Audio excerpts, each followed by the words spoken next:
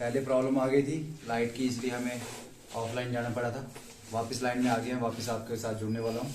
तो स्टार्ट करते हैं आगे, जहाँ पे आपने खत्म किया था पहले 1960 नाउ। कौन सा साल की बात करेंगे? 1960 में क्या होता है? लखनऊ पैक्ट।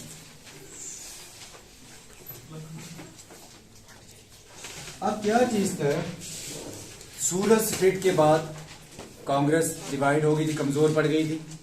लास्ट में मैंने आपको यही बताया था, बाल गंगाधर तिलक, लाल बाल पाल अलग हो गए और जो मॉडरेट्स थे वो अलग हो गए। अब इसके साथ साथ मुस्लिम लीग बनी 1906 में, उनको भी कोई नहीं सुन रहा था। उनकी बातें ब्रिटिशर्स तक पहुंच नहीं रही थी, ब्रिटिशर्स उनको सुनते नहीं थे और ये सारा कुछ साइड से देख रहे थे बाल गंगाधर तिलक। उस वक्त एग्जैक्टली किसी की लाइन हो, अगर कभी जिंदगी में वो वीडियो सुनेंगे तो वो समझ जाएंगे मैं उन्हीं की लाइन यूज कर रहा हूं। उस वक्त मतभेद होते थे, मनभेद नहीं होते थे। सभी का मकसद एक ही था कि हम लोग आजादी के लिए लड़ रहे थे। आपस में जैसी भी अंडरस्टैंडिंग है वो मतलब नहीं रखती थी, मतलब एक ही चीज रखती थी कि देश के लिए हम क्या कर पा रहे हैं, कि हमें स्ट्रगल, जो फ्रीडम के लिए स्ट्रगल कर रहे थे, कुछ मिल रहा है, कुछ रिजल्ट में हम पहुंच रहे हैं कि नहीं। तो कांग्रेस कमजोर पड़ गई है, दूसरी तरफ मुस्लिम लीग की कोई सुन नहीं रहा, ब्रिटिशर्स सुन नहीं रहे थे। तो ये जब बाल गंगाधर तिलक ये चीज देख रहे थे तो उन्होंने सोचा क्यों ना मैं इनको दोनों पार्टियों को साथ में ले आऊं, मुस्लिम लीग को और इंडियन नेशनल कांग्रेस को। तो वो इनको एक दिन साथ में बुलाते हैं। 1906 में क्या बोला था मैंने? आईएनसी बनी, आईएनसी वो मुस्लिम लीग, ठीक है। मुस्लिम लीग बनती है 1907 में सूरत। तो अब इससे कमजोर पड़ गए थे। अब उन्होंने इनको साथ में लाना था। जो मैंने बोला इसको ध्यान में रखना कि मुस्लिम लीग को कोई सुनता नहीं था, वो बनी थी मुस्लिम्स के हित के लिए, तो ब्रिटिशर्स ऐसे भी उनके नहीं सुन रहे थे। अब इन्होंने क्या कहा इनको, बाल गंगाधर तिलक ने, अगर कोई पूछेगा तो मेन रोल किसका है इसमें? बाल गंगाधर तिलक। तो इन्होंने दोनों पार्टियों को इकट्ठा करने की सोची कि साथ में मिलकर काम करो। उसका फायदा क्या था? मुस्लिम लीग जब साथ में आ गई कांग्रेस के और मिलके काम करने लगे तो कांग्रेस को ताकत मिल गई, स्ट्रेंथ मिल गई, ताकत मिल गई। On the other hand Muslim league को क्या फायदा हुआ कि इंडियन नेशनल कांग्रेस के थ्रू मुस्लिम लीग की भी अब ब्रिटिशर्स थोड़ी बहुत सुनने लगे, उनकी बात पहुंचने लगी उन तक। तो उन्होंने इन दोनों पार्टियों को लखनऊ पैक्ट के थ्रू उनको इकट्ठा किया। पैक्ट आ गया संधि करना, मतलब इकट्ठे करना उनको, और नेगोशिएशंस हुई इसके बीच में। तो इसमें कौन कौन इकट्ठा हुआ? कांग्रेस प्लस मुस्लिम लीग प्लस एक्सट्रीमिस्ट, ठीक है, ये तीनों इकट्ठे हो गए। अब इस साल में सिर्फ बाल गंगाधर तिलक सिर्फ इतना ही नहीं कर रहे थे, जैसे मैंने आपको कहा यंग ब्लड थे वो, तो वो बहुत कुछ कर रहे थे एट ए टाइम। इसी साल इससे भी ज्यादा जरूरी पूछा जाने वाला 1916, फिर से लिख लो, इसी साल और बहुत कुछ चल रहा था, और वो था होम रूल मूवमेंट।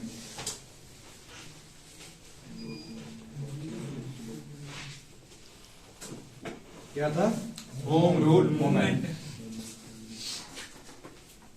तो होम रूल मूवमेंट आपको नॉर्मली ऐसे पढ़ा दिया जाता है, होम रूल मूवमेंट। तो होम रूल मूवमेंट 2 बार स्टार्ट की गई है इकट्ठी। कितनी बार? 2 बार। ध्यान रखना है चीज को, होम रूल मूवमेंट 2 बार है, 2 अलग अलग इंसानों ने स्टार्ट की है। तो पहले थे, फर्स्ट जो है वो फाउंडर थे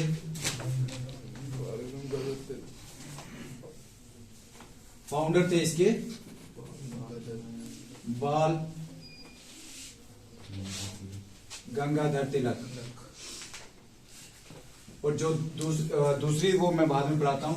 बाल गंगाधर तिलक ने ये मूवमेंट स्टार्ट की।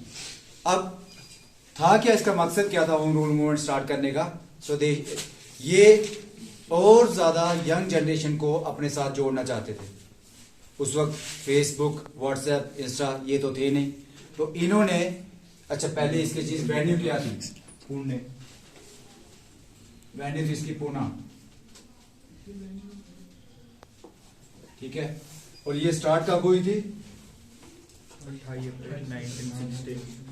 28 अप्रैल 1916।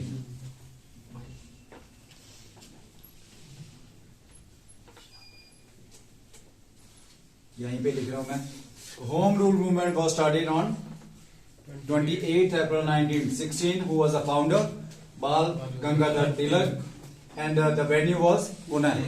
इन्होंने, अब जैसे मैंने आपको कहा, फेसबुक आज तो हम अगर करना हो, कैंपेन चलानी होती है, बहुत आसान होता है, हैशटैग देके स्टार्ट कर देते हैं हम लोग। लेकिन उस जमाने में ऐसा कुछ था नहीं, तो इन्होंने न्यूज़पेपर स्टार्ट किए। तो ये आपको मैं पढ़ा भी चुका हूं पहले भी। एक था Maratha and the other one was Kesari. यही था। ARI कर दो, KESARI। ठीक है, तो ये आ गया होम रूल मूवमेंट का। इन्होंने 2 न्यूज़पेपर स्टार्ट किए। इसके यही क्वेश्चन बनते हैं, आपको क्वेश्चन पूछा जाएगा, हु स्टार्टेड मराठा, या जर्नल जो स्टार्ट किए थे। केसरी का कौन था फाउंडर? बाल गंगाधर तिलक। फर्स्ट जो होम रूल मूवमेंट स्टार्ट हुई थी, वेन्यू क्या थी और डेट आपको मैंने लिखवा दिया। अब सेकंड जो एक और होम रूल मूवमेंट थी, वो स्टार्ट की थी एनी बेसेंट। किसने स्टार्ट की थी? एनी बेसेंट ने स्टार्ट की थी। ये एक आयरिश महिला थी। कहाँ की थी ये? आयरिश फीमेल थी ये। ये बहुत बड़ी राइटर थी, 300 से ज्यादा बुक्स लिख चुकी थी ये। इनके नाम है 300 से ज्यादा बुक्स। ठीक है, बहुत बड़ी राइटर थी ये। तो एक मूवमेंट ये स्टार्ट करती है और इनका साथ दिया जाता है सुब्रमण्यम अय्यर। यही है सुब्रमण्यम स्वामी अय्यर।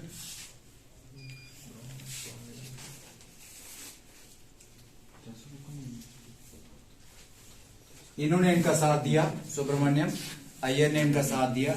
और इन दोनों का कभी बाय चांस ये नाम भी आ जाए, तो ये इन्होंने स्टार्ट की। ये स्टार्ट हुई थी सितंबर में,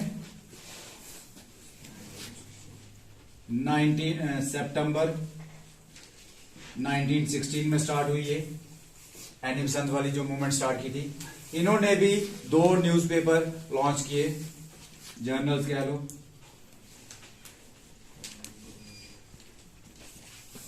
नाम क्या क्या था उसका? New India, common and new India. ठीक है, तो ये अलग अलग इन्होंने न्यूज़पेपर स्टार्ट किए। तो 2 होम रूल मूवमेंट थी, मतलब मकसद एक ही था। क्या मकसद है इसका? मकसद था और ज्यादा यंग जनरेशन को अपने साथ जोड़ना। आयरलैंड, आयरिश, मैंने ऊपर लिखा ना, Irish woman, Irish female, Irish woman थी। ठीक है, अच्छा, अब इन्होंने होम रूल मूवमेंट के साथ एक यहाँ पे स्लोगन भी दिया, जो अक्सर पूछा जाता है, लिख लो उसको। बाल गंगाधर तिलक का स्लोगन था वो था स्वराज इज माई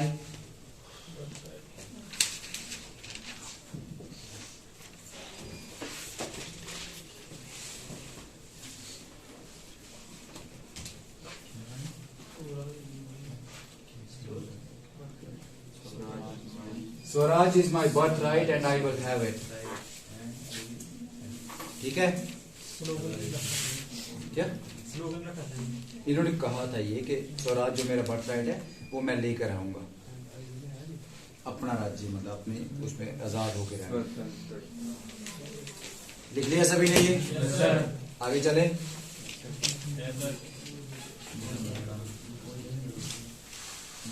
किसी को अभी तक समझ नहीं आया?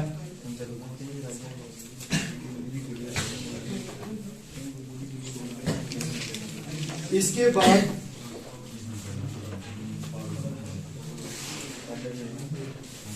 अच्छा सॉरी, एक चीज भूल गया, बीच में लिखवाया नहीं आपको।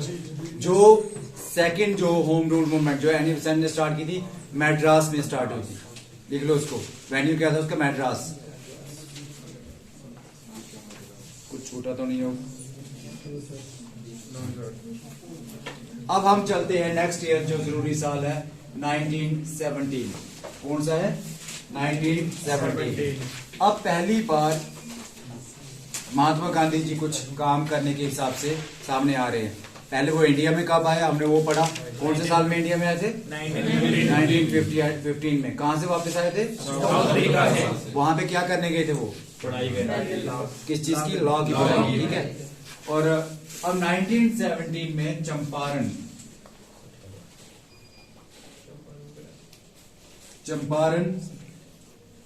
सत्याग्रह।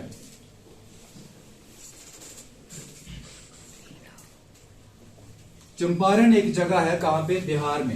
ये जगह कहां पर है? बिहार में जगह है। यहां पर जो फार्मर्स थे, इंडिगो के फार्मर्स थे। किस चीज के? नील, जो नील देते हैं ना कपड़ों की वजह से, इंडिगो के फार्मर्स, उनको उनके हक दिलाने के लिए इनके साथ इंसाफ नहीं हो रहा था। तो एक आपको एसएससी इससे भी ऊपर क्वेश्चन पूछते हैं। अब गांधी जी कहां ठहरे? गांधी जी तो गुजरात में थे। तो फिर उनको बिहार में किसने बुलाया भाई? उनको सपना थोड़ी ना आना था। उनको बुलाया राजकुमार शुक्ला ने। एक लोकल एक्टिविस्ट थे राजकुमार।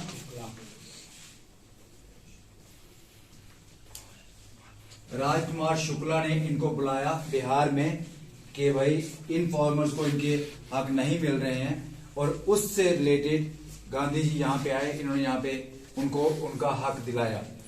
ठीक है। ये राजकुमार शुक्ला जो थे क्रांतिकारी थे वहां पे, लोकल वहां पे बिहार में। तो इन्होंने बुलाया था। ये था चंपारण सत्याग्रह। ठीक है। फार्मर्स को उनका हक दिलाने के लिए। मैं वर्ड यूज कर रहा हूं, याद रखना। 3 इनके सत्याग्रह आने वाले हैं। और किस चीज के लिए था ये? फसल किसकी भी? ठीक है। नेक्स्ट 1918।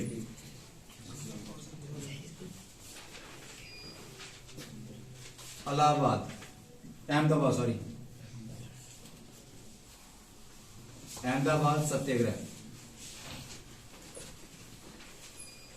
अहमदाबाद सत्याग्रह, इसी को हम बोलते हैं मिल मूवमेंट।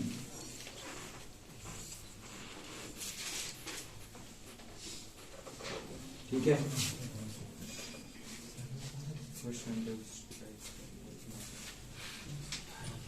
अब जो अहमदाबाद में मिल में कुछ वर्कर्स काम कर रहे थे, उनको उनकी सैलरीज नहीं दी जाती थी। उनको उनकी सैलरीज नहीं मिल रही थी। तो इनको यहां पे बुलाया गया। ये उनके हक के लिए भी वहां पे लड़े, और उनको प्रॉपरली उनके टाइम पे सैलरीज वगैरह मिलना स्टार्ट हुआ। ये किसके लिए हुआ था? मिल वर्कर्स के लिए। मिल वर्कर्स के लिए उनकी प्रॉब्लम किस चीज की थी? सैलरी। ठीक है। SALARY। तो सैलरीज का इशू था, तो उसके लिए इनको बुलाया गया। इनके लिए भी। अब यहां पे एक और जरूरी क्वेश्चन बनता है, और वो क्वेश्चन ये है कि पहली बार हंगर स्ट्राइक कब स्टार्ट की थी? तो फर्स्ट हंगर स्ट्राइक इन्होंने इसी सत्याग्रह में की थी। फर्स्ट हंगर स्ट्राइक, भूख हड़ताल। तो फर्स्ट हंगर स्ट्राइक उन्होंने कहां पे, कौन से सत्याग्रह में स्टार्ट की थी? अहमदाबाद सत्याग्रह में इन्होंने फर्स्ट हंगर स्ट्राइक की थी। और यहां पे इन्होंने एक और चीज स्थापना की, एक चीज की, वो थी अहमदाबाद लेबर एसोसिएशन की।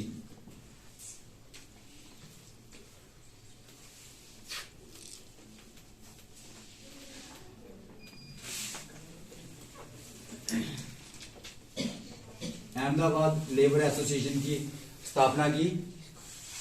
अब यह था कि रोज रोज तो मैं आ नहीं पाऊंगा, तो इन्होंने एक Ahmedabad labour association, union type जिसको कह सकते हो आप, वो बना दी इन्होंने कि आज के बाद ये यूनियन आपके जो वहां पे काम करते हैं वर्कर्स हैं, उनका कोई भी इश्यू होता है तो उसको एड्रेस कौन करेगा, उसको कौन देखेगा, ये एसोसिएशन देखेगी। तो इन्होंने अहमदाबाद लेबर एसोसिएशन भी बनाई यहीं पर। ठीक है। इसी साल में एक और इनका डिस्ट्रिक्ट था, नाम था उसका खेड़ा। KHEDA, क्या नाम था? खेड़ा। और इसी साल 1918 में खेड़ा सत्याग्रह भी हुआ। खेड़ा सत्याग्रह, तो खेड़ा सत्याग्रह ये पीजेंट्स के लिए था। किसके लिए? पीजेंट्स के लिए था खेड़ा सत्याग्रह। अब यहां पे भी पीजेंट्स को उनके हक नहीं मिल रहे थे। आपके लिए इतना काफी, ऐसे ज्यादा कोई पूछता नहीं है इस चीज के लिए। ये खेड़ा जगह गुजरात में ही है, गुजरात का डिस्ट्रिक्ट है।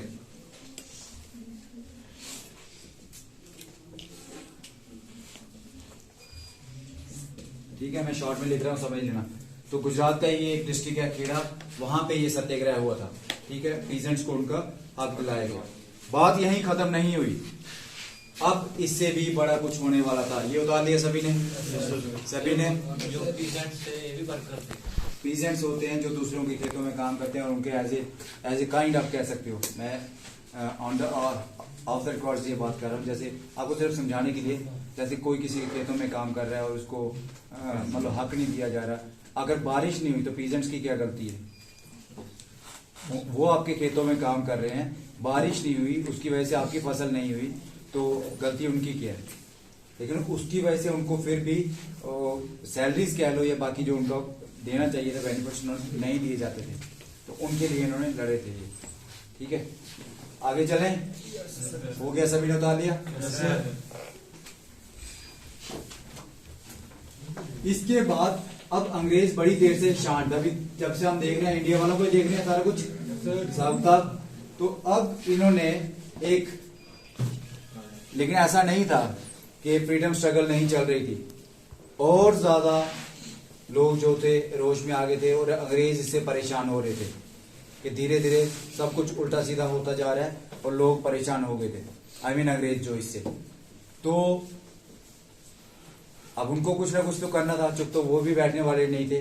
वो एक एक्ट ले आए, उसका नाम था, ये एक्ट आता है, जरूरी साल है हमारा 1919। कौन सा साल है? 1919। और ये एक एक्ट ले आए, Rowlatt act, ROWLET, Rowlatt act. ये ले आए, ये एक्चुअली आया था 18 मार्च 1919 को पास हुआ था दिल्ली में। कहां पे? ठीक है, शॉर्ट में लिखवा देता हूं। कुछ जगह भी आपको ये 5 फरवरी भी मिलेगा, कुछ जगह पे 5 फरवरी भी मिलेगा, तो आप गूगल खुद भी कर सकते हो बाद में। तो मुझे जो ठीक लगा मैं वो बता रहा हूं आपको। ठीक है, कुछ जगह पे 5 फरवरी भी है, बता रहा हूं आपको। तो राउलेट एक्ट क्या था? इसी को कहा गया काला कानून। क्या कहा गया?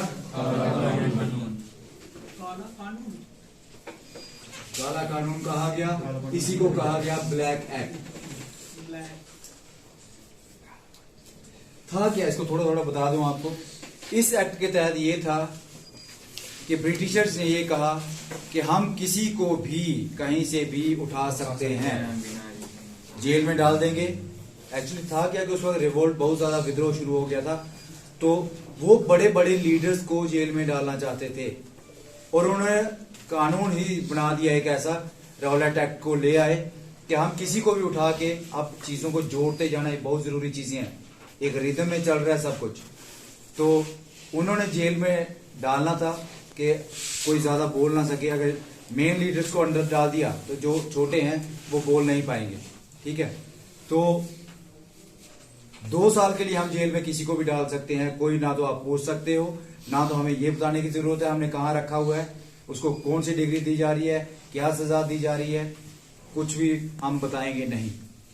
इन्होंने एक तरीके से नया कानून ले आए। अब हुआ ये कि इससे विद्रोह बहुत ज्यादा शुरू हो गया।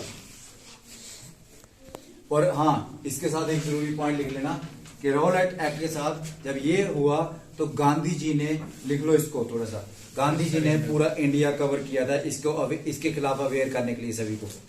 Gandhi ji covered whole India to aware everyone about Rowlatt act, covered whole of India. Gandhi ji covered whole India to aware everyone against the Rowlatt act. इसके खिलाफ अवेयर करने के लिए उन्होंने सारा इंडिया भ्रमण किया था, पूरे इंडिया में घूमे थे वो। ठीक है, तो आगे चलते हैं। अब हुआ क्या, इसके बाद ये एक्ट तो पास हो गया। कौन से साल में होता है? 1919 में ये एक्ट पास हुआ। अब इसी साल में अंडर इसी के जो एक्ट पास हुआ था, इसके अंडर ही एक डॉक्टर किचलू थे। क्या नाम था? KITCHLU, डॉक्टर किचलू, और एक थे सत्यपाल। तो इन दोनों को जेल में बंद कर दिया गया था। डॉक्टर किचलू को और सत्यपाल को जेल में बंद कर दिया गया था। मैं बात कर रहा हूं अमृतसर की। आप में से बहुत से लोग अमृतसर गोल्डन टेम्पल गए होंगे। ठीक है, तो वहां की बात कर रहा हूं। वहां पे नॉर्मल आपको हिंट दे रहा हूं ऐसे। जो नहीं गए हैं, जो गए हैं, मेरे साथ भी कुछ लड़के गए थे यहां से, जो नहीं गए हैं उनके लिए फॉर एग्जांपल ये यहाँ पे है गोल्डन टेम्पल। यहां से बाहर आओ थोड़ा सा, यहाँ पे आ गया जलियांवाला बाग। ठीक है, थोड़ा सा ही साथ में ही है। यहाँ से इसकी एंट्रेंस है गोल्डन टेम्पल की। यहाँ पे गोल्डन टेम्पल है, यहाँ से रास्ता है इसका। यहाँ से ये वो जो वो बना हुआ है, तालाब सा बना हुआ है, ये वो आ गया। यहाँ पे गोल्डन टेम्पल है, ये रास्ता है, ये यहाँ से पूरा। तो जो गए हैं वो समझ पा रहे होंगे। बाहर आगे यहाँ पे आ गया जलियांवाला बाग। ठीक है, 2 एंट्रेंस थी, अब थोड़ा सा चेंज किया है। अब कुछ दिन पहले, कुछ महीने पहले हम गए थे, तो अब यहां से इसका एग्जिट है। अदरवाइज यहां से इसकी एंट्रेंस थी, यहां से इसकी एग्जिट थी। क्लियर है? यहां से एंट्रेंस थी, यहां से एग्जिट थी इसकी। ठीक है, यहां में म्यूजियम बना हुआ था जो हमने देखा है लोगों ने। अब हुआ क्या कि यहां पे लोग इकट्ठा हो रहे थे, विद्रोह कर रहे थे इनको छुड़ाने के लिए, डॉक्टर किचलू और सत्यपाल को। ऐसी कोई पहले वार्निंग नहीं दी गई थी। कहते हैं ना कि कुछ अपने में से गद्दार निकलते हैं भविष्य में। यहां पे भी एक गद्दार निकला था, ट्रेटर जो था, ट्रेटर जो था, नाम था हंसराज। क्या नाम था उसका? हंसराज। तो ये पल पल की खबर जाकर जनरल ओ डायर को दे रहा था। किसको दे रहा था? General O Dyer.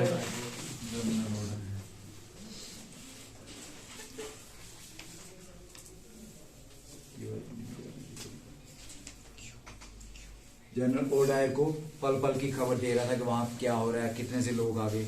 जब ये इसमें बहुत ज्यादा लोग आ गए जलियांवाला बाग में, तो हंसराज जाकर खबर देता है किसको? जनरल डायर को देता है।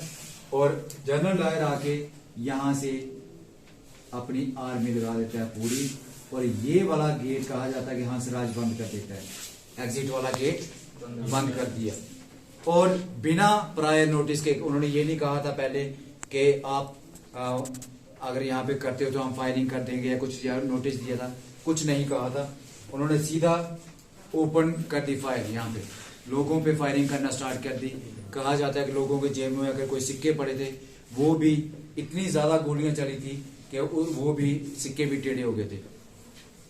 और यहाँ पे इस साइड पे आगे जाके, अगर इस साइड का ये ऐसे बना लूंगा, इस टाइप से बना लूंगा, ये यहाँ पे आगे कुआं था। कुछ लोगों ने बचने के लिए कहते हैं कि इस कुएं में कूद गए थे वो, और 27 लोग जो थे डेड बॉडीज यहाँ से मिली थी। कुएं से कितनी डेड बॉडीज मिली थी? 27 डेड बॉडीज यहाँ से मिली थी। यहाँ पे ही साथ में दीवार थी, दीवार पे भी गोलियों के निशान आज भी आप देख सकते हो। कभी गूगल भी करोगे तो वहां पे भी आपको कच्ची दीवारें, मतलब कच्ची इन द सेंस के ईंटों की दीवारें हैं, सिंपल, ये ऊपर प्लास्टर वगैरह नहीं हुआ उस पर, तो आप देख सकते हो कि गोलियों के निशान बने हुए हैं, ईंटें टूटी हुई हैं वैसे। ठीक है, वो भी है। और अब इसको कवर करके रखा हुआ ऊपर से सॉरी। और टोटल जो थे यहाँ पे 380, if I am not wrong, 380 total जो डेथ्स का काउंट हुआ था हजारों के हिसाब से यहाँ पे जिनको गोलियां लगी थी, लेकिन जो डेथ्स बताई गई, टोटल डेथ्स जो बताई गई थी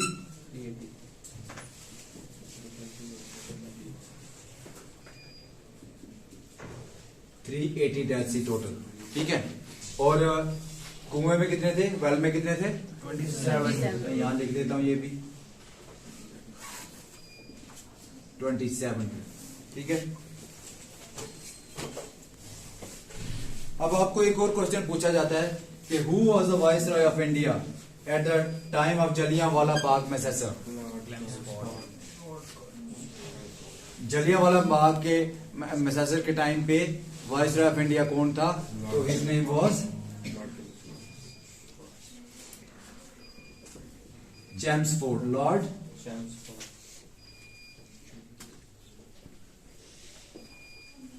चैम्सफोर्ड। किसी को कोई समझ नहीं आई हो अभी तक? बात कहां की कर रहा हूं? जलियांवाला बाग। इसको हेडिंग लिख लेना इसकी टॉपिक के ऊपर वाले। जलियांवाला बाग, एम मैसेसर की स्पेलिंग क्या आ जाएंगे सर? MASSER, मैसेसर, यही स्पेलिंग है? नहीं तो बाकी खुद ठीक कर लेना, ठीक है। जलियांवाला बाग मैसेसर है कहाँ पे? ये कहाँ से होगा? अमृतसर। कुछ को ये भी नहीं पता चलेगा इसलिए लिख रहा हूँ, ठीक है। तो जलियांवाला बाग मैसेसर कहाँ पे हुआ था? हत्याकांड कहाँ पे हुआ था? ये अमृतसर में हुआ था। टोटल कितने मरे थे? 380। कौन? डेट क्या है? मार्च। वो तो रॉलेट एक्ट तो पहले पास हुआ, मैं सिर्फ ये बता रहा हूं 1919 में हुआ है ये, ठीक है। और फायरिंग किसने करवाई थी? उस वक्त वाइसरॉय कौन था? तो क्लियर है सभी को? आगे चलें इससे।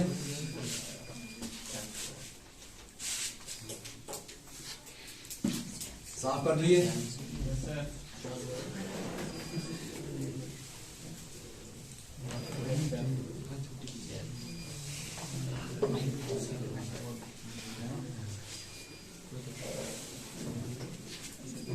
इसके बाद जैसे ही ये हुआ, ये चीज जब होती है, जलियांवाला बाग हत्याकांड होता है, तो सारे लोग इसके खिलाफ हो जाते हैं। नेचुरली चीज भी ऐसी हुई थी, बात ऐसी हुई थी कि इतनी ज्यादा उन्होंने बिना बताए फायरिंग की थी। आपकी चेयर को आवाज हो रही है आराम से। ये यूएसपी में है क्या? यूपीएस में, सॉरी क्या बोल रहा हूँ, यूएसपी नहीं यूपीएस। अच्छा, एनीवे, तो इसका अगले साल ही 1920, अब जरूरी साल कौन सा आ गया आपका? 1920। एक मूवमेंट स्टार्ट की जाती है गांधी जी द्वारा, नॉन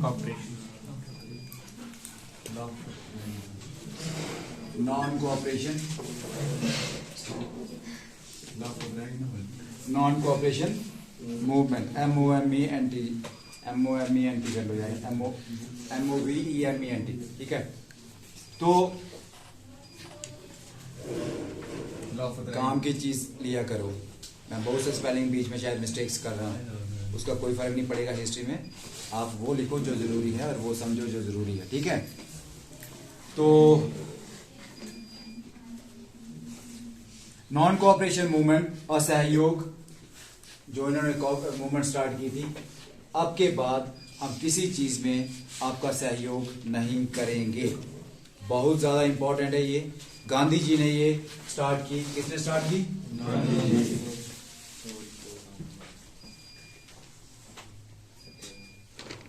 महात्मा गांधी जी ने स्टार्ट की ये मूवमेंट, और इनका कहना था कि ये मूवमेंट मैं तब तक चलाऊंगा जब तक कोई भी वायलेंस नहीं होती।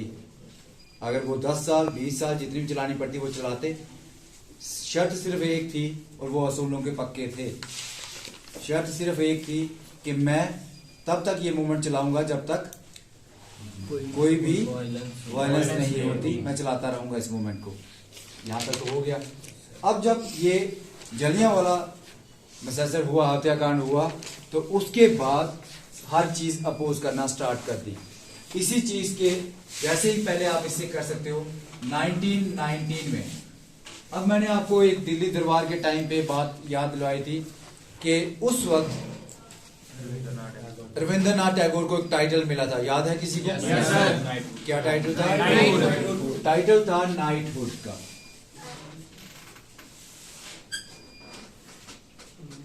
नाइटहुड का टाइटल था और ये टाइटल रविंद्रनाथ टैगोर ने वापस कर दिया। उसके बाद जलियांवाला बाग के बाद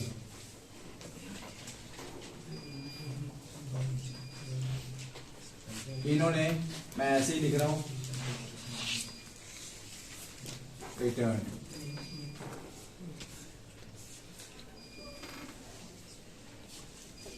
तो ये टाइटल अपना रिटर्न कर देते हैं जलियांवाला बाग के मसैसर के बाद, ठीक है। उसके बाद एक और टाइटल, एक और इंसान को एक टाइटल मिला था, वो था केसरे हिंद। क्या टाइटल था? केसरे हिंद।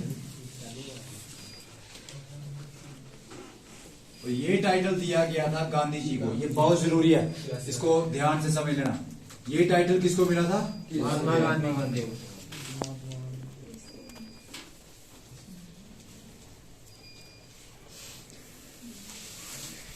महात्मा गांधी को ये टाइटल दिया गया था।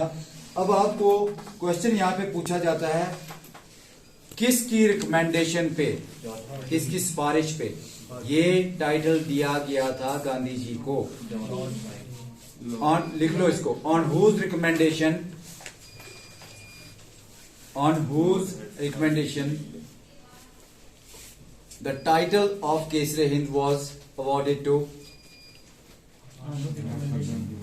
the title Kaiser Hind was awarded to Mahatma Gandhi ji. किसकी रिकमेंडेशन पे? तो ये जिसकी रिकमेंडेशन थी उनका नाम था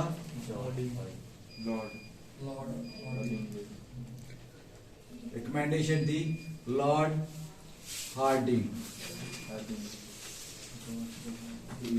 ठीक है।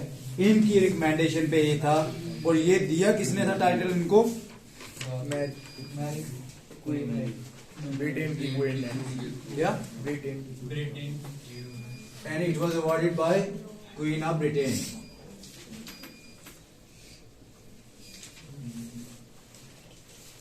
यहां तक क्लियर है सभी को?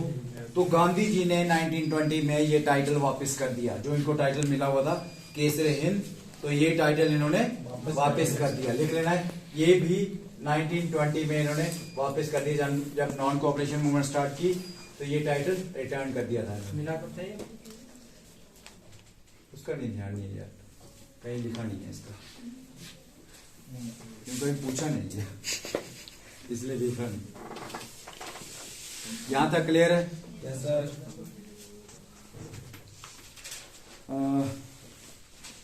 बाकी मैं आपको नाइटहुड का लिखवा चुका हूं। एक्चुअली वो अनाउंस कब हुआ था? 1911 में, 1915 में मिला था और 19 में उन्होंने वापस दे दिया था। उनको मिला किससे था वो अवार्ड? जॉर्ज 5 से, ठीक है। उसके बाद अब ये चीज हुई, यहाँ पे बीच में एक और चीज आती है। इसी साल एक मैं पीछे छोड़ दिया एक्चुअली, वो 1919 की बात करता हूं मैं, रह गई एक चीज जरूरी थी, वो स्टार्ट हुई थी खिलाफत मूवमेंट। खिलाफत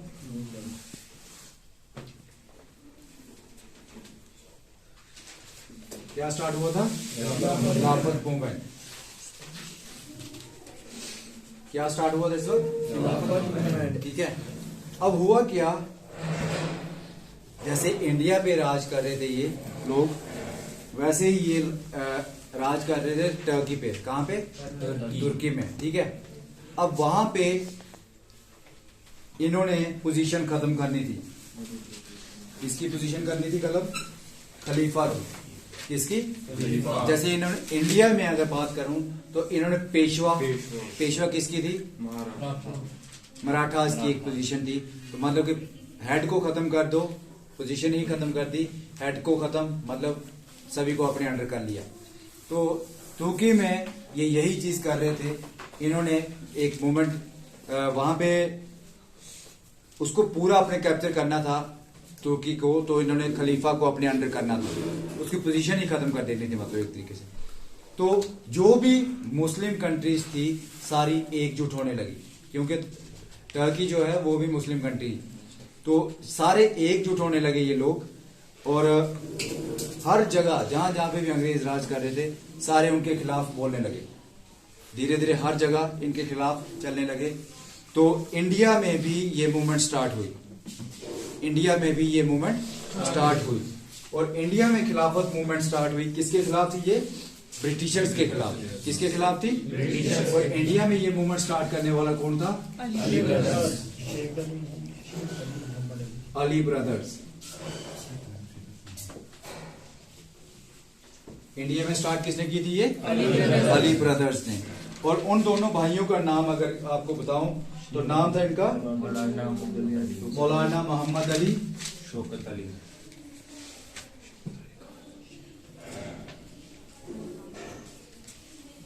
एंड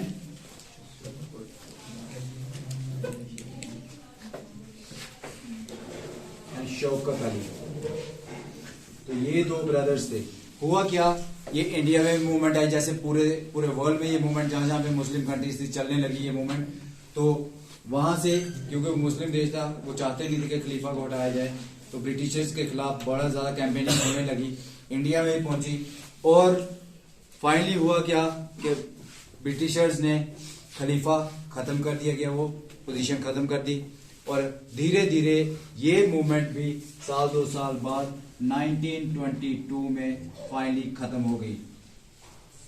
इंडिया में भी ये मूवमेंट, जब वो जिसके लिए कैंपेन कर रहे थे वो चीज ही नहीं बची, तो कैंपेन किसके लिए करनी थी?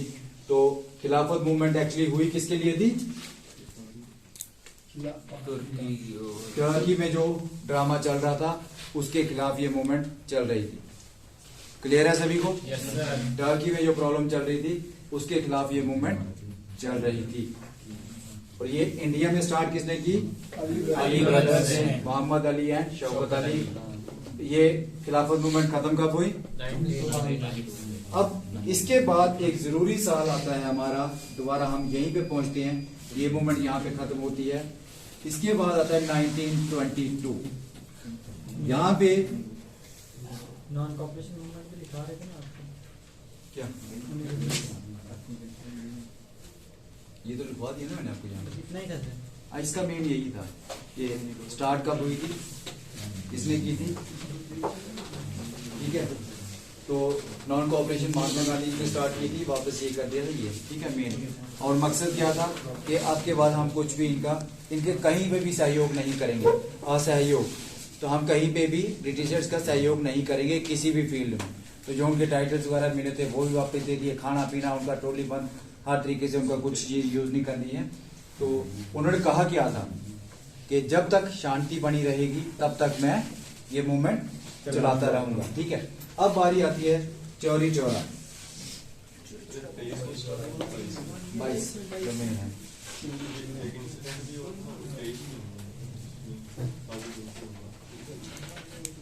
ऐसे लिख रहा हूँ, यही वाला मेरे हिसाब से 23 है। कुछ बुक्स में कुछ डेट्स लिखी है, तो मुझे जो ठीक लगी है मैं उस तरीके से बता रहा हूँ। एक्चुअली यही है, रीजन भी बता देता हूँ, उसका रीजन बता दूंगा अभी क्या है, मुझे क्यों ये ठीक लगती है। आप जो बोल रहे हो बुक्स में, कुछ बुक्स में गलत भी हो सकता है, मुझे क्यों ठीक लगती है वो बता दूंगा अभी।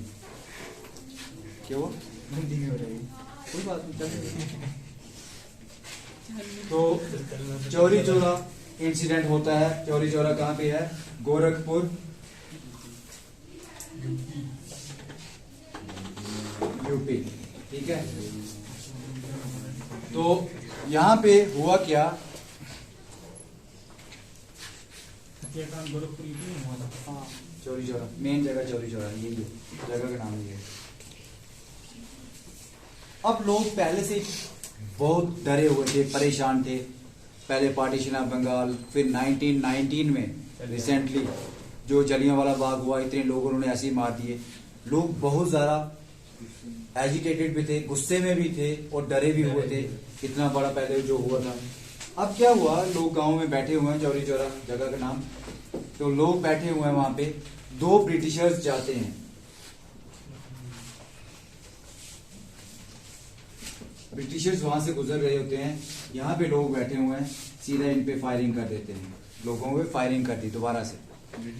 हाँ, ब्रिटिशर्स ने फायरिंग कर दी लोगों पे, लेकिन कहा जाता है कि एक इंसान की बाजू को लगी थी, मारा नहीं था कोई वहां पे।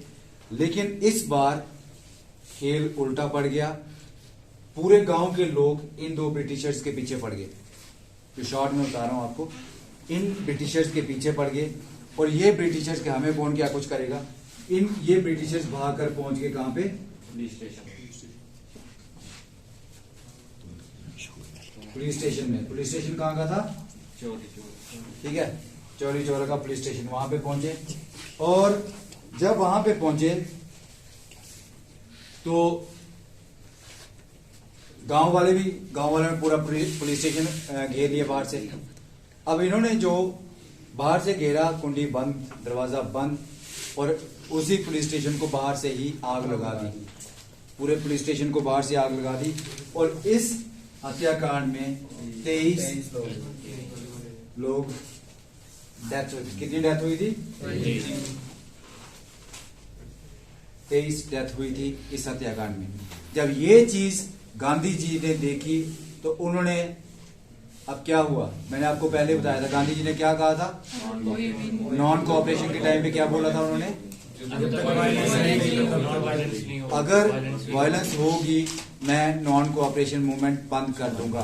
तो आपको यहाँ से एक और जरूरी क्वेश्चन है, as a result of this, अब जैसे आप पूछ रहे थे, अगर ये हम हमेशा से पढ़ते आ रहे हैं नॉन कोऑपरेशन कब बंद हुई थी, अगर ये मूवमेंट 23 में हुई होती तो नॉन कोऑपरेशन 22 में बंद कैसे होती। गांधी जी ने इसके बाद वो बंद की थी, समझ गए सर, इसलिए मैंने आपको कहा था कि बताता हूँ। अब ये समझ आ गया, उन्होंने कहा था कि कोई वायलेंस होगी, वायलेंस हुई, गांधी जी ने बंद कर दी मूवमेंट, तो दैट मीन्स बुक में डेट वो वाली गलत है, यही है, ठीक है। तो नॉन कोऑपरेशन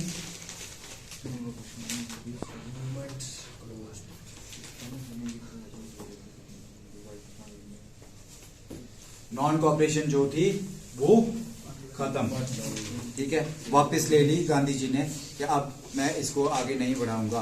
किसी को कोई डाउट, चौरी चौरा समझ आया, यस सर। क्या हुआ था,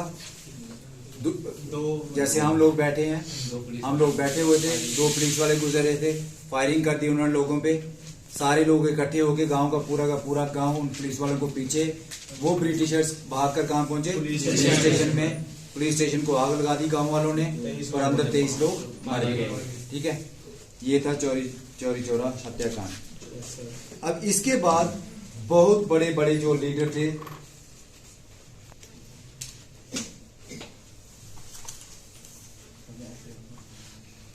इसके बाद बहुत बड़े बड़े जो लीडर्स थे उनको, स्पेशली चौरी चौरा के बाद, उनको जेलों में डाल दिया गया। उनमें से गांधी जी भी एक थे, सभी को जेल में, गांधी जी को 6 साल की सजा हुई, ठीक है। लेकिन गांधी जी को छोड़ दिया गया क्योंकि वो बीमार थे, तो उनको छोड़ दिया गया था जेल में से।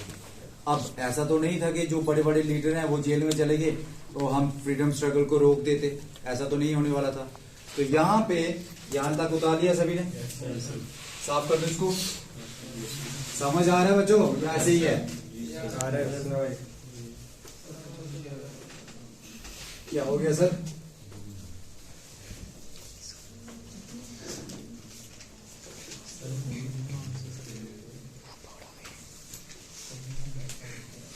अच्छा, ऐसा नहीं था कि ये मूवमेंट्स आगे नहीं चलानी थी हमें। तो ऐसे टाइम पे जब बड़े बड़े लीडर्स सारे जेलों में बंद थे इसके, तो ऐसे टाइम पे एक 1923 में 22 में जेल में डाल दिए गए, 22 या 23 के स्टार्टिंग में आप कह सकते हो, एक नई पार्टी बनाई जाती है, स्वराज पार्टी। कौन सी पार्टी बनी, स्वराज पार्टी। एंड इसके फाउंडर कौन थे, चित्तरंजन दास। फाउंडर थे इसके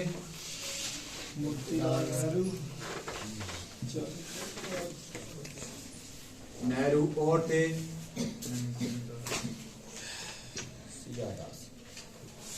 चितरंजन दास, इनको ही CR दास भी कहा जाता है, ठीक है, CR दास। तो ये पार्टी सिर्फ इसी मकसद से बनी थी कि हमें फ्रीडम स्ट्रगल को आगे लेना है। फ्रीडम स्ट्रगल को आगे लेने के लिए, क्योंकि बाकी बड़े बड़े लीडर्स जो थे वो जेलों में थे, तो इनको आगे इस स्ट्रगल को लेना था, ठीक है। इनके साथ एक और नाम भी था, मैंने किसी को लिखवाया है, किसी को याद है? मोतीलाल हाँ बोलो। NC केलकर, सॉरी लिख लो एक और, अगर बाय एनी चांस आ जाए कभी। NC KELKAR।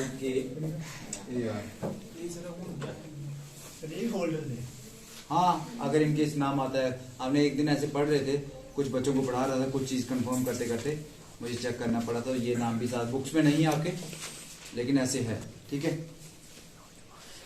अब इसके बाद 1924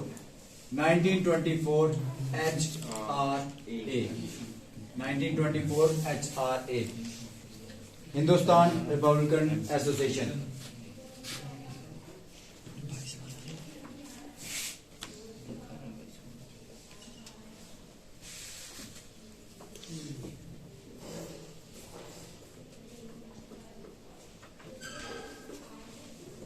एसोसिएशन, ठीक है। अब इसका एक ही मतलब था, अगर मैं शॉर्ट में बताऊं आपको समझाने के हिसाब से, तो ये जो HRA बनाई गई, इसको आप व्हाट्सएप लैंग्वेज में लिख लो, हिंदी में लिख लो, जो आपको ठीक लगे याद रखने के लिए। इसका एक ही मकसद था, काकोरी रॉबरी के लिए। किसके लिए बनाई गई थी HRA? Kakori train robbery. हुआ क्या था? ट्रेन रॉबरी, काकोरी ट्रेन लूट भी कहते हैं उसको, ट्रेन लूटी गई थी काकोरी में, ठीक है। हुआ क्या, हमें फ्रीडम स्ट्रगल को आगे बढ़ाने के लिए फाइनेंसिस कम पड़ रहे थे, पैसा कम पड़ रहा था। तो ऐसे में एक इंसान, अगर कहूं मैं सिर्फ फाउंडर की बात करूं, फाउंडर तो वो थे राम प्रसाद बिस्मिल।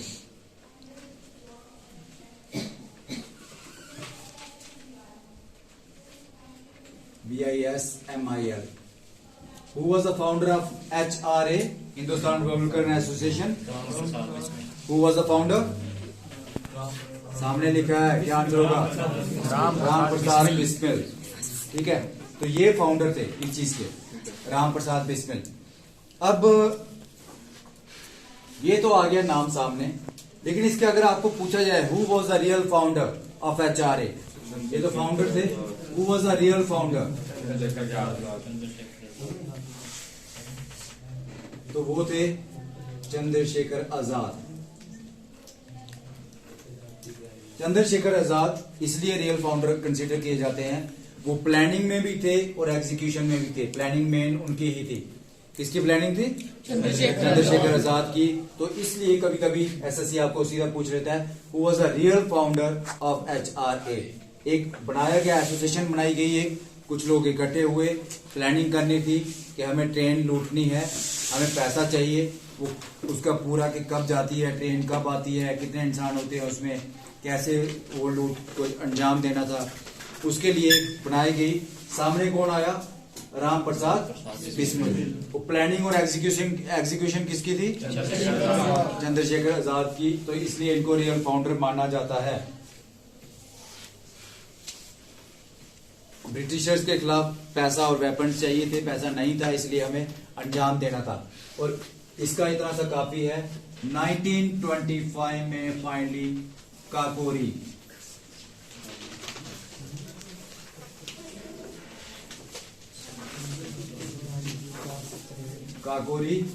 ट्रेन रॉबरी पति तो वही है शायद। कब? इसी में? हाँ, ये तो एसोसिएशन बना दी ना हमने, तो अब लूट ली, ठीक है। तो 1925 में काकोरी ट्रेन रॉबरी हैपन, ऐसे लिख देता हूँ शॉर्ट में। और इसमें हुआ क्या था, अभी आपको आज के टाइम के हिसाब से हंसी आएगी। 8,000 रुपीज लूटे गए थे ट्रेन से। अमाउंट कितना था? 8,000। और ये कहां पे खर्च किया था? वेपन्स खरीदे गए थे। उस जमाने के हिसाब से 8,000 बहुत था, ठीक है। तो काकोरी ट्रेन रॉबरी कब हुई थी?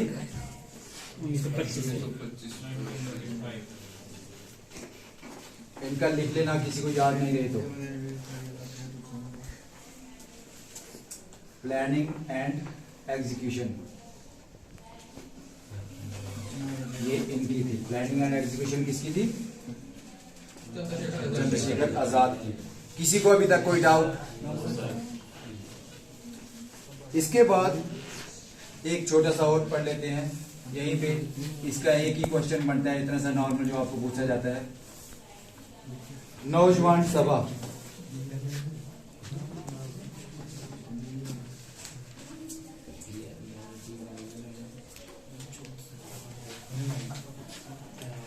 नौजवान सभा, नौजवान सभा किसने बनाई थी? फाउंडर कौन थे? भगत सिंह।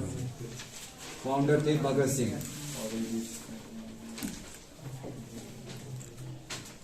फाउंडर कौन थे? भगत सिंह। नौजवान सभा के फाउंडर कौन थे? भगत सिंह। और ये भगत सिंह इस वक्त काफी यंग थे, कॉलेज में पढ़ रहे थे, तो ये कॉलेज डे इसमें ही बना ली थी उन्होंने। यहां पे लिख देता हूं मैं।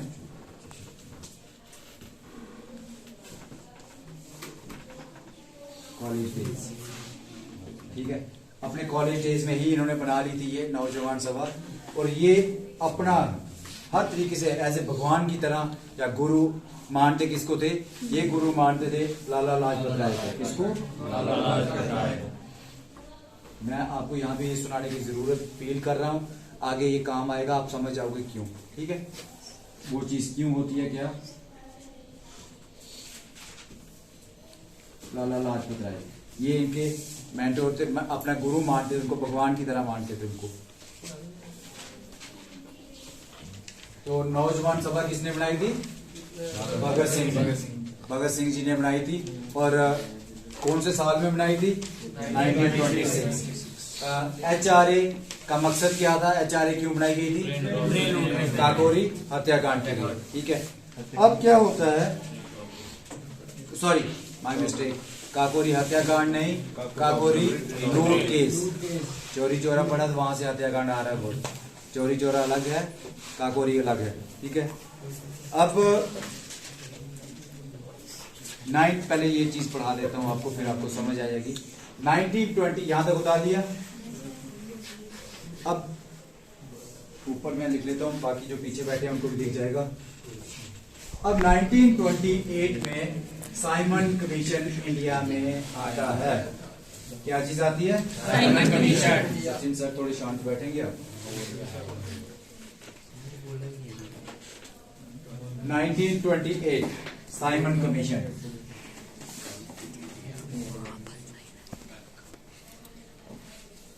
सर बुक हुई 1927। आप वेट कर लो, ठीक है। तो साइमन कमीशन बना था और इंडिया में कब आया, ठीक है। क्या लिखा हुआ उस पे? Simon commission 1927। और कुछ ऐड किया है बीच में, ठीक है। तो आप इसके हिसाब से चलो, ठीक है। तो साइमन कमीशन इंडिया में आया, लाहौर में साइमन आया था। कौन आया था? साइमन। रेलवे स्टेशन कौन सा था? लाहौर। और सामने था पुलिस स्टेशन, एक तरफ रेलवे स्टेशन। तो लाहौर ये बात, अच्छा आया क्यों था? साइमन कमीशन था क्या ये? इसको भेजा गया था इंडिया में कि जाओ और अपना इंडिया को कॉन्स्टिट्यूशन बनाने दो, लेकिन ड्राफ्टिंग किसकी होगी? ड्राफ्ट किसका होगा? ब्रिटिशर्स का। और हम लोग इस चीज के खिलाफ थे। ये बात पहुंच गई थी इंडियंस के लिए, इंडियंस तक ये क्यों आ रहा है। जैसे ये ट्रेन से उतरता है तो वहां पे थे लाला लाजपत राय। लाला लाजपत राय, ठीक है। लाला लाजपत राय वहां पे थे। लाला लाजपत राय के साथ बहुत सी दुनिया थी। तो ब्रिटिशर्स ने, अच्छा इन्होंने यहाँ पे एक स्लोगन दिया था, साइमन गो बैक। ये कभी ऐसे लिखा होता है, कभी लिखा होता है गो बैक साइमन, तो चलेगा वो, ठीक है। ये था, इन्होंने स्लोगन दिया था, नारे लगा रहे थे वहां पे। तो ब्रिटिशर्स ने जेपी सैंडर्स के कहने पर इन पे लाठी चार्ज कर दिया। वहां पे जो पुलिस स्टेशन में था जेपी सैंडर्स, तो उसके कहने पे लाठी चार्ज कर दिया। और वो जान के, कहा जाता है कि जान के इनके सिर पे इतनी लाठियां मारी गई कि इनकी डेथ हो जाती है बाद में। तो लाला लाजपत राय की डेथ हो गई, ठीक है। और जब ये बात पहुंचती है चंद्रशेखर आजाद, और ये बात जब पहुंचती है भगत सिंह जी के पास, जो अपने पिता की तरह मानते थे सारे लोग। अब मैं बात कर रहा हूं कौन से साल की, और हमने स्टार्टिंग में 1905 में पढ़ा था। 1905 में हम पार्टीशन ऑफ बंगाल के टाइम पे पढ़ा था कि स्वदेशी मूवमेंट को आगे किसने बढ़ाया था पंजाब में। तो अब तक ये काफी एज थे और वो यंग ब्लड था, तो ये इनको देख के देखते बड़े हुए थे। अब उनको ऐसे लगने लगा सभी को कि हमारे सर से बाप का साया उठ गया, जो यंग जनरेशन थी। अब जब इनकी डेथ होती है तो उन्होंने ठान लिया कि हमें इनकी मौत का बदला लेना है, हमें इनकी मौत का बदला लेना है। तो इसके लिए ही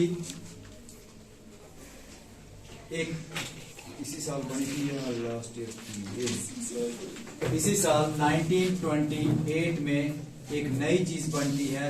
पहले एचआरए की फुल फॉर्म क्या थी, हिंदुस्तान रिपब्लिकन एसोसिएशन, और जो अब बनाई गई वो थी HSRA। क्या बनाया गया, HSRA, Hindustan socialist Republican association. लिख लो इसको।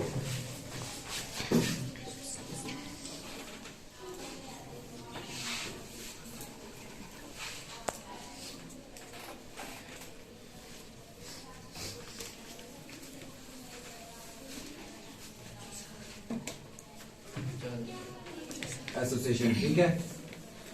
तो ये बनाई, मकसद एक था सिर्फ लाला लाजपत राय की मौत का बदला लेना। क्लियर है सभी को। फाउंडर कौन थे इसके, फाउंडर थे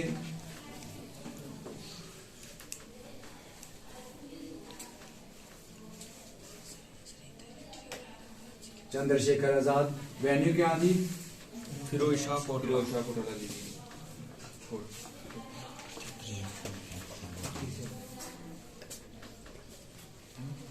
ये स्टेडियम भी है ना, cricket stadium, Feroz Shah Kotla stadium.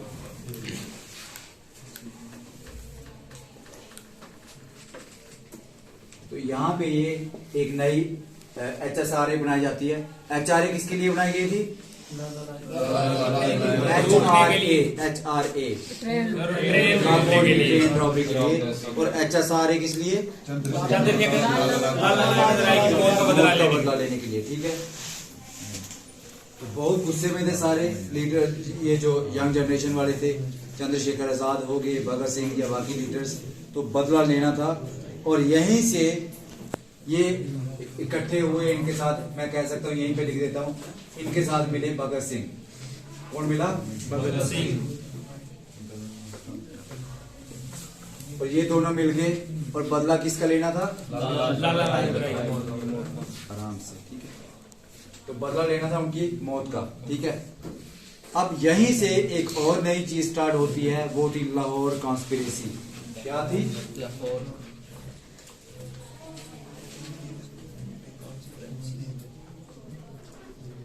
अब पूरी रेकी की गई जगह की, कौन कितने बजे आता है, कितने बजे निकलता है, उनको मारना था। तो उस जगह की रेकी की गई, उनका टाइमिंग्स पूरा तरीके से, और वो दिन आ गया फाइनली वहीं पे लाहौर में ही कि उस जेपी सैंडर्स को मारना था। मारना किसको था,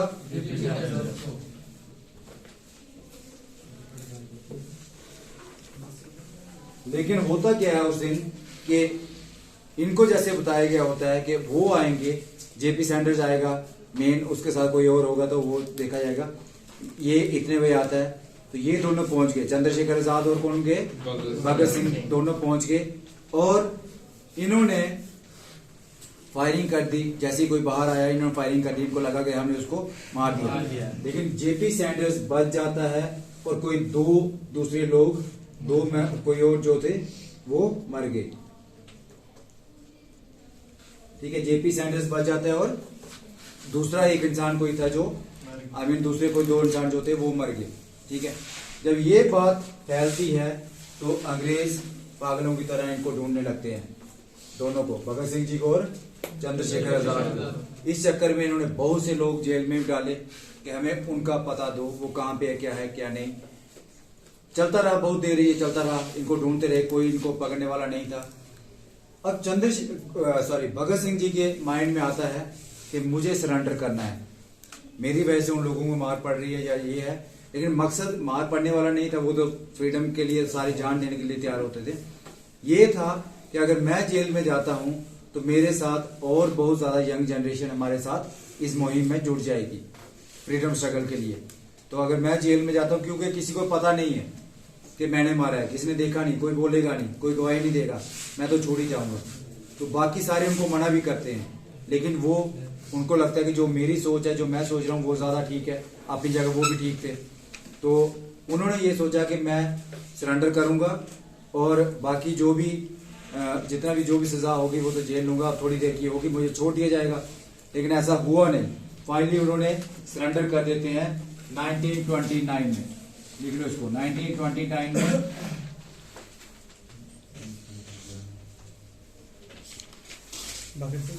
भगत सिंह जी सरेंडर कर देते हैं 1929 में। ठीक है, अब जब 1929 में उन्होंने सरेंडर किया, सोचा था कि अब मुझे होगी महीने की, 2 महीने की, 6 महीने की सजा हो जाएगी, मैं छूट जाऊंगा। लेकिन गद्दार हर जगह मौजूद थे।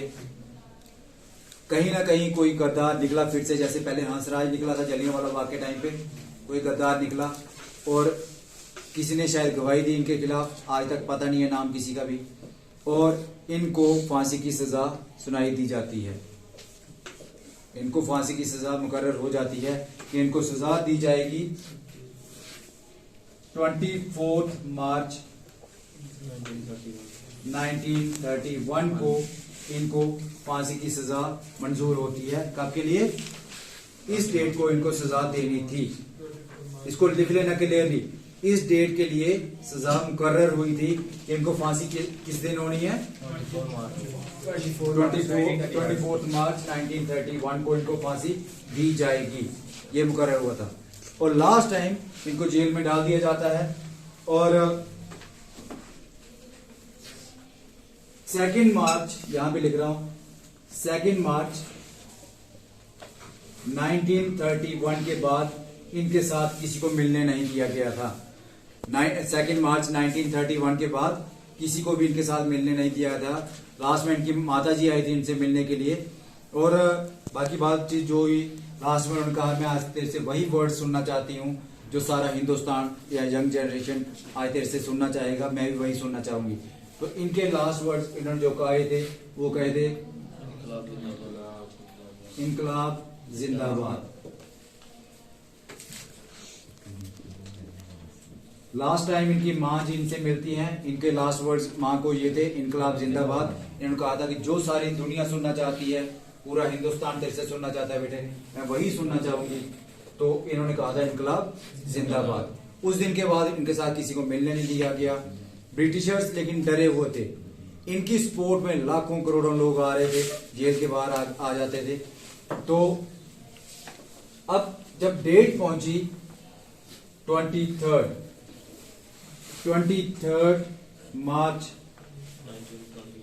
1931, तो ब्रिटिशर्स को ये था कि कहीं जेल तोड़ के लोग अंदर ना आ जाएं।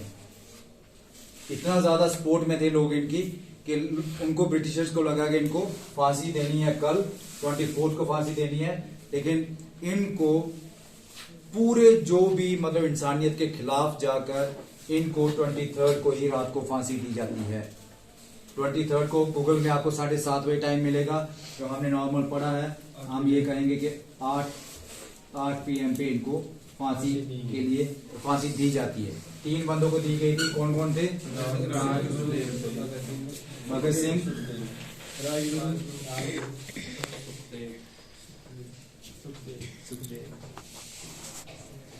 इन 3 को फांसी दी जाती है 23 8 बजे रात को, जो इंसानियत के टोटली खिलाफ था। कहते हैं कि 5 बजे के बाद फांसी नहीं दी जाती, या जो एक डेट मुकर्रर कानून संविधान कर देता है उसके खिलाफ नहीं जा सकते। लेकिन इनको जो था, इनको प्रीपोन कर दी, पोस्टपोन नहीं की, प्रीपोन कर दी। 24 के बजाय 23 को रात को ही इनको फांसी दी जाती है। और माना यह जाता है कि उस दिन बारिश हो रही थी बहुत ज्यादा, लोगों को जैसे कैसे खबर मिल जाती। अच्छा, उससे पहले ये कर लेते हैं, यहाँ पे जब इनको बुलाया गया फांसी के लिए, तो तब ये आपको पूछा जाता है कि तब ये कर क्या रहे थे। तब ये बुक पढ़ रहे थे, ये बुक पढ़ रहे थे। और बुक किसकी थी? वो लेनिन की। लेनिन एक बहुत बड़े क्या थे? रशियन एक्टिविस्ट थे ये।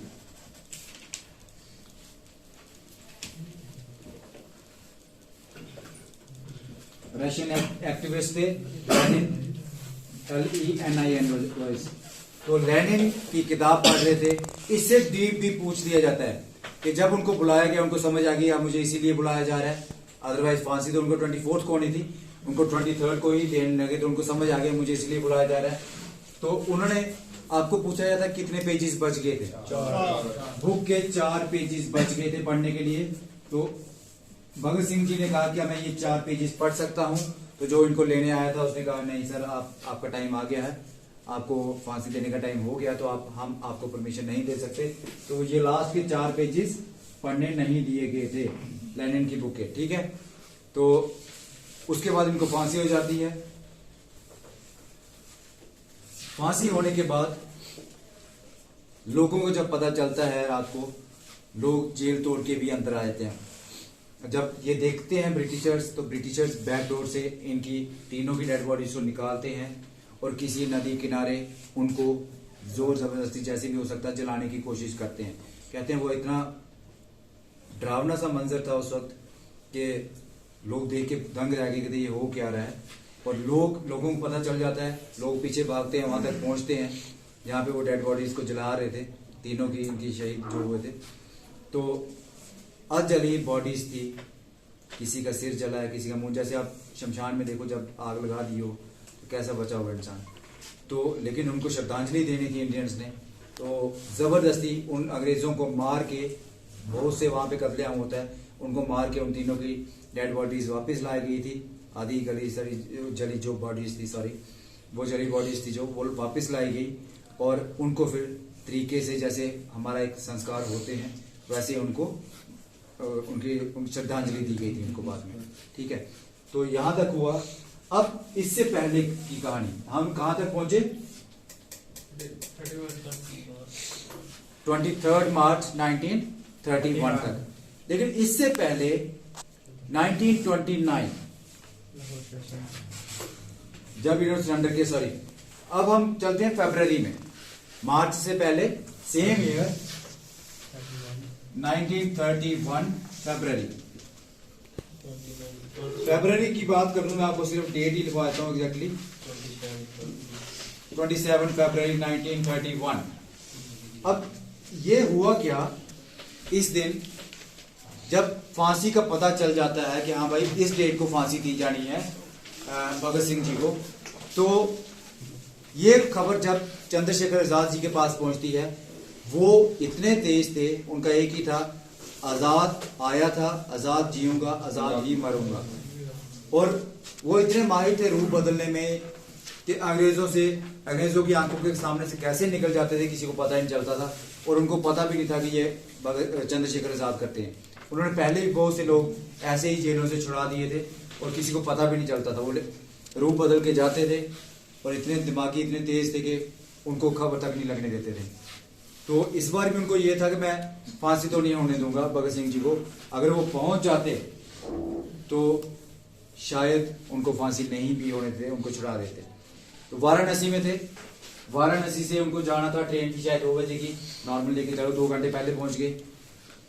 जो गूगल में मैंने पढ़ा है, कितना सही है कितना गलत I don't know, Jawaharlal Nehru से मिले ये, और इनके साथ एक और साथी था वो, क्योंकि इनको ये था कि मैं इनको छुड़ा के तो मुझे इंडिया से बाहर निकलना पड़ेगा, इंडिया में तो ब्रिटिशर्स मुझे जीने नहीं देंगे, हमें ढूंढ ही लेंगे, तो हमें बाहर निकलना पड़ेगा। तो इनको पैसे की जरूरत भी थे, तो ये एक बंदा पैसे लेने के लिए गया शायद जो उनके साथ था।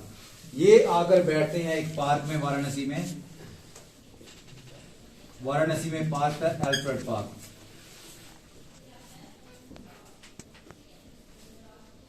एल्फ्रेड पार्क में आके रेस्ट कर रहे होते हैं, वेट कर रहे होते हैं, क्योंकि ट्रेन अभी 2 बजे के आसपास की थी लाहौर के लिए। तो यहाँ पे ये वेट कर रहे होते हैं। इनको I don't remember correctly but I think 75 was there the total number of policeman, जितने थे शायद 75 थे इफ आई रिमेम्बर करेक्टली। तो सॉरी मिस्टेक अगर होगी तो गूगल से चेक कर लेना, जो भी है एक बार क्रॉस चेक कर लेना इसको। तो 75 इन पे अब कहा जाता है, यहाँ पे भी हो सकता है वो जो इंसान पैसे लेके गया था वही मुखबिर था, उसने बताया, या कोई और था, किसी को नहीं पता पुलिस कैसे इनको घेर देती है और आमने सामने इनका लड़ाई शुरू हो जाती है। ये अकेले और उस साइड जितने भी वो उनके ब्रिटिशर्स थे, इस अकेले इंसान ने इन्होंने 24 लोगों को मार दिया था। इन्होंने रिवॉल्वर से ही इन्होंने, चंद्रशेखर आजाद ने अकेले ही 24 लोगों को मार दिया था यहाँ पे पार्क में। लास्ट में इनके पास गोलियां नहीं बचती हैं, एक गोली होती है अगेन वही कि आजाद जिया हूं, आजाद ही मरूंगा, और लास्ट वाली गोली अपने ही सिर पे मार देते हैं और इनकी डेथ हो जाती है, शहीद हो जाते हैं वहां पे। लेकिन तब तक जब इन्होंने डेथ हुई, जब इनकी या गोली मारी, तब भी इनका इतना खौफ फैल चुका था ब्रिटिशर्स में कि दूर से कंकर मार के, लकड़ियां मार के देख रहे थे कहीं अभी भी तो जिंदा तो नहीं है ये इंसान। इतना डर गए थे, अकेला इंसान 24 इंसानों को मारना वहीं पे, और डर गए वो थे वो इतने कि कंकर मार के दूर से देख रहे थे कहीं ये इंसान अभी भी जिंदा तो नहीं है। तो फाइनली इनकी डेथ हो जाती है 27 फरवरी 1931, 27 फरवरी 1931 को किसकी डेथ हुई थी? लिख लो ना इसके साथ, चंद्रशेखर आजाद की।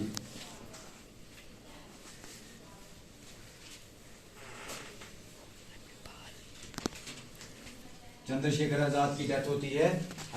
पार्क का नाम था एल्फ्रेड पार्क। कितने लोगों को मारा था? 24 लोगों को मार दिया था इन्होंने।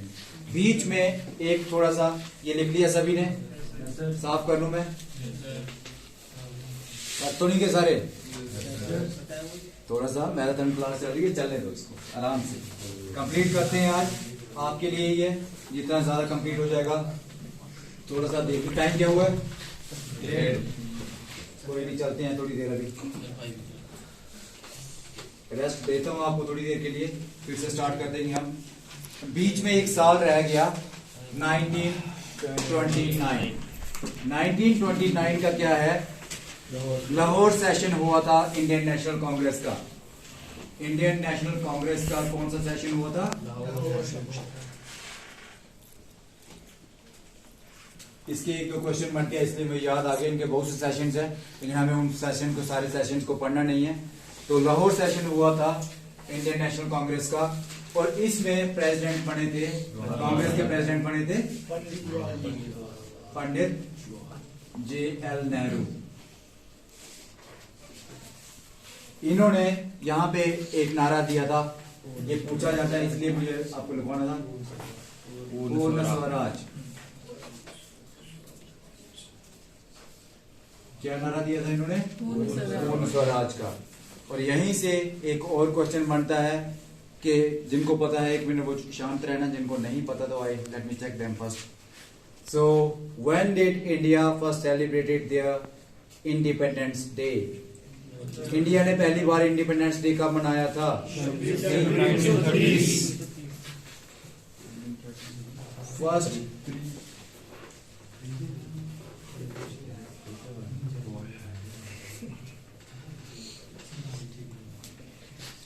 26 जनवरी 1930 को ठीक है। फर्स्ट इंडिपेंडेंस डे कब मनाया था? सो आप लोग भी सारे पानी वगैरह पी लो, हम वापस आते हैं। बच्चों ने सुबह से बैठे हुए हैं 10 बजे से, तो ये भी पानी वगैरह पी लेते हैं, वापस हम यहीं पे मिलते हैं। Voice hardly 15 to 20 minutes।